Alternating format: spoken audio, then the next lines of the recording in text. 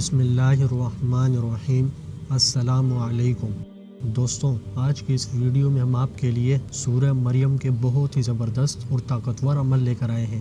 اس سورہ مبارکہ کا نام حضرت مریم کے نام پر ماخوذ ہے، کیونکہ اس سورہ مبارکہ میں حضرت مریم کی زندگی کے بارے میں آیات نازل ہوئیں۔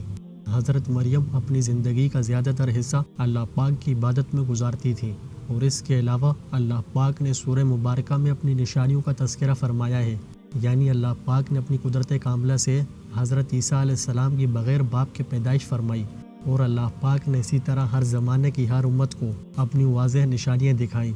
دوستوں، ویسے تو سورہ مریم کے بہت سے فوائد ہیں، لیکن ویڈیو کو مختصر رکھنے کے لیے ہم کچھ وظائف کو یہاں ذکر کریں گے۔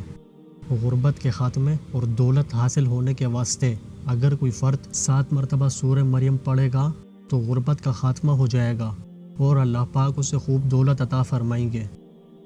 اگر کسی کا حافظہ کمزور ہو تو اسے چاہیے کہ وہ حافظہ قوی کرنے کے لیے سورہ مریم 7 مرتبہ پڑھ لے۔ اس عمل کی برکت سے حافظہ بہت قوی ہو جائے گا۔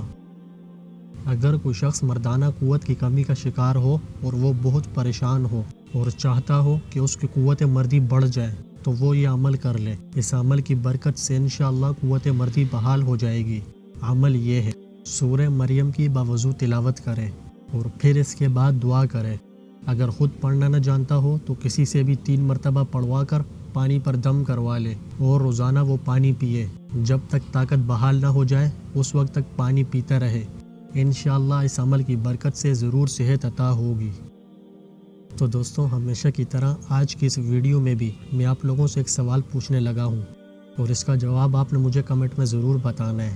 قرآن مجید کتنے سال کے عرصے میں نازل ہوا؟ دوستوں، آج کی اس ویڈیو کو یہی مکمل کرتے ہیں۔ مجھے امید ہے کہ آپ نے ابھی تک اس ویڈیو کو لائک بھی کر دیا ہوگا، اور ساتھ ہی ساتھ آپ نے ہمارے اس چینل کو سبسکرائب بھی کر دیا ہوگا۔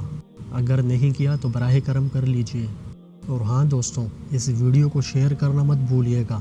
اس ویڈیو سے متعلق آپ کمنٹ میں اپنی آراء سے ہمیں آگاہ کر سکتے ہیں۔ دوستوں، اس سے پہلے کہ آپ اس ویڈیو کو چھوڑ کر جائیں، ہم آپ کو ایک حدیث سنانا چاہتے ہیں۔ حضور صلی اللہ علیہ وسلم کا ارشاد ہے کہ جماعت کی نماز اکیلے کی نماز سے 27 درجے زیادہ ہوتی ہے۔ اس پیاری سی حدیث کے بعد مجھے دیجیے اجازت۔ اللہ حافظ۔